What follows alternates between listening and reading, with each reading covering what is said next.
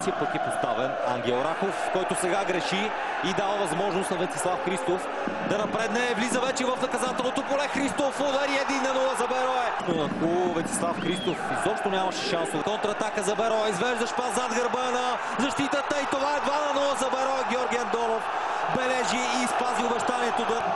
Вижте още веднъж колко мъдро зад гърба на бранителя Йордан Христов на първата част. Луис Педро с чудесен самостоятелен пробив, възможност за гол, спасяване града и топката като по чудо не влиза в Виера. Този път подсигуряване от страна е на Лозейро.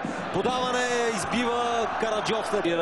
Успяха да се справят футболистите на Ботев, но за Каратклаче късо разиграване, не се получи удара. Изстрел и това е гол. Феноменален удар. Вандер Виера сякаш.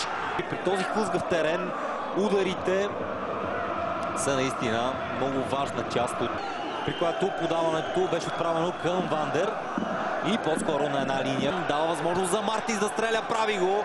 Той също трима, няма засада. Добре разиграха Иван Цветков и Станислав Костов. Не, остава на Георги Андонов, изстрел на Андонов. Венцислав Христов, хубав удар с левия крак, но лежане от последните минути, но това е част от играта. Жълт картон и за Иво Иванов на десния си крак. Сега много добре намери Тодор Неделев, възможност за Ботев и гол, но има и засада. Въпросът е при това подаване дали футболист на Ботев не беше в положение засада и може би беше. Ботев с 2-1, тежка въздишка от страна и на Викрен Манев.